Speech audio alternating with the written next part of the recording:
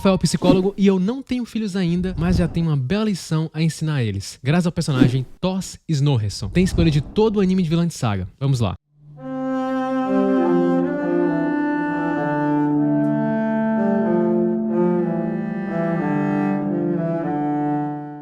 Qual seria a melhor forma de vida? Aquele mais pacífico ou aquele mais incisivo? O personagem de hoje vivenciou as duas maneiras. Thor é um personagem único em Vinland Saga. Ele é um guerreiro extremamente poderoso para aquele universo. Ele é admirado inclusive pelo Thorkel. O Thorkel admite que o Thor é o único guerreiro que pode de fato derrotá-lo. Ele tinha todos os atributos para ser um grande combatente. Extremamente forte e habilidoso, sem muita empatia pelos outros e bastante frio. Ele ganhava vida destruindo o sonho de muitas pessoas e protegendo seus interesses. E ele usava a força para isso. Porém, Thor encontra um caminho diferente. Você não tem inimigos. Como alguém que enfrentou e matou tantas pessoas que queriam o matar, pode dizer essa frase de maneira tão convicta? Décadas atrás, o sociólogo George Simmel argumentou que nada une uma nação ou qualquer grupo de pessoas como ter um inimigo em comum. Um estudo de Mark Landau, professor de psicologia da Universidade de Kansas, embora não teste a unidade dos grupos, ele indica que ter inimigos traz certos benefícios psicológicos. Esse estudo sugere que as pessoas criam inimigos para manter uma visão mais estável do mundo. Manter inimigos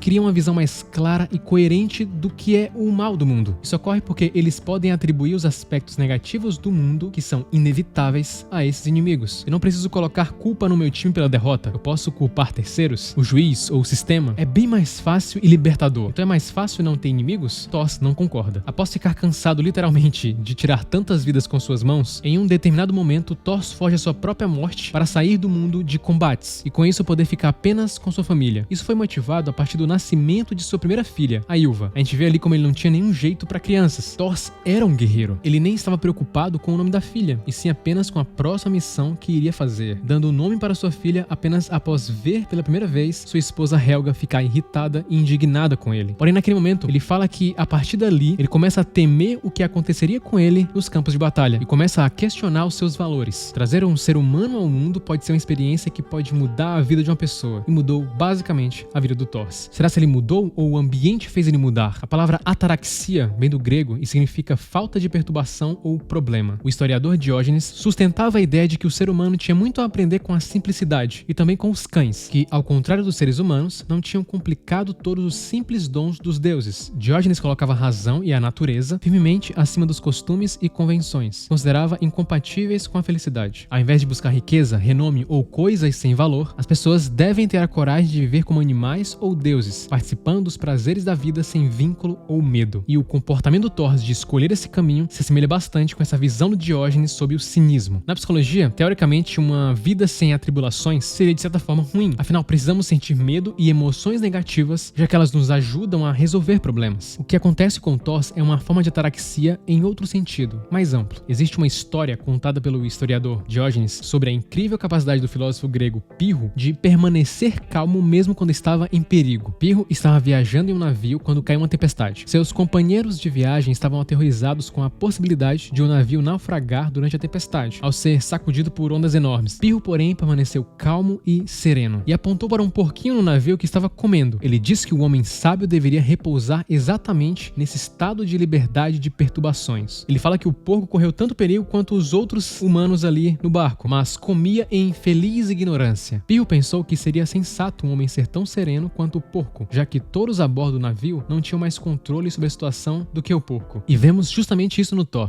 uma grande presença do sentimento de aceitação. As ações de Thor passam a ser cada vez mais pacíficas. Ele parece começar a se preocupar mais com os outros do que consigo mesmo. Thor encontra um escravo soterrado no meio da neve. Esse homem pertencia a Halfdan. O escravo estava bastante ferido e quase morto. Porém, Thor se compadece tanto com a situação que sugere comprar o escravo do seu dono, oferecendo em troca desse homem todos os seus cordeiros com menos de 3 anos. As ovelhas naquele contexto tinham um valor ainda maior, pois a comida naquela região era extremamente escassa, e ele simplesmente deu elas por alguém que já estava praticamente à beira da morte. Thorfinn observa aquela cena e não entende o motivo do seu pai fazer aquilo. A Ylva, sua filha, chora depois porque o escravo acaba morrendo. Seu pai basicamente perdeu várias ovelhas por nada. Porém, Thor não estava preocupado com isso. Ele apenas queria mostrar o valor de uma vida, coisa que ele não pensava antigamente. Ele tenta viver uma vida tranquila com a família, porém ele tem cicatrizes de batalha que revelam o passado e o que ele realmente é. Thor foi um guerreiro guerreiro por muito tempo, ele não podia fugir dessa realidade. Quando Flock chama ele de volta pra guerra, Thor meio que se nega, porém, ele é ameaçado. Se ele não fosse, quem sofreria as consequências seriam os habitantes da aldeia, os habitantes do lugar que ele escolheu viver. Thor já tinha escapado das consequências antes, e aquele era o preço pelo que ele acabou escolhendo viver, o preço a se pagar pelo seu passado. Uma cena clássica é quando Flock convida todos que quiserem se juntar a Thor para lutar, e os jovens ao redor comemoram. Eles comemoram o fato de poderem lutar na guerra. Porém, Thor,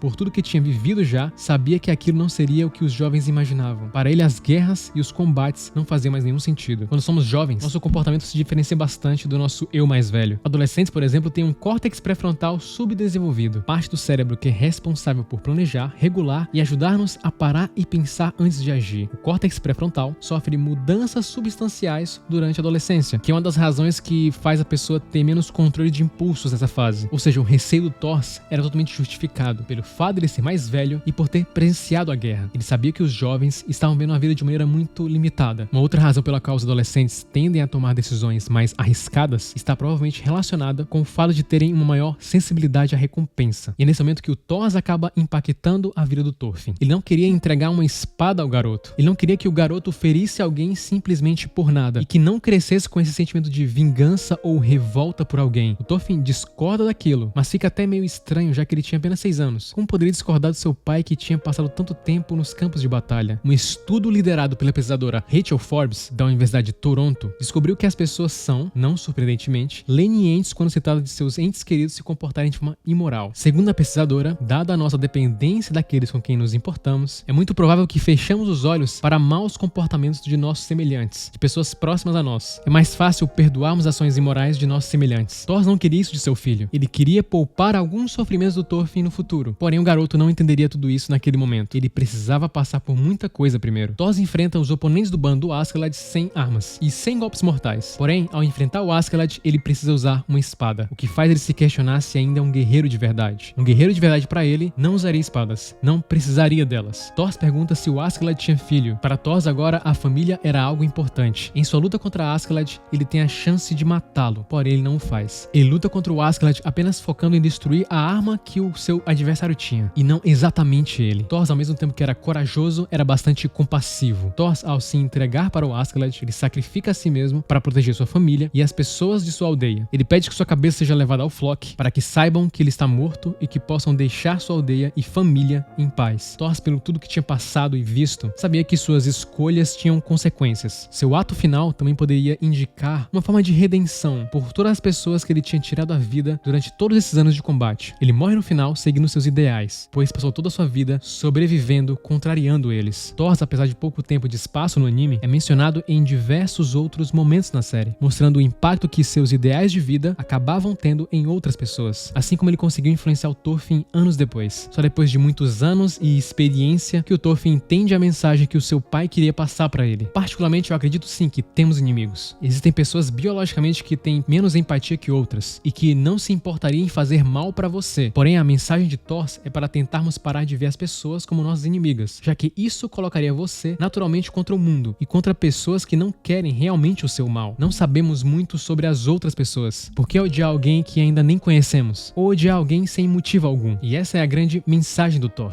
Ele nos mostra que você pode gritar, reprimir e explicar várias coisas para alguém, mas no final é o exemplo que vai fazer mais barulho. Curta, se inscreva e compartilhe. É apenas o começo.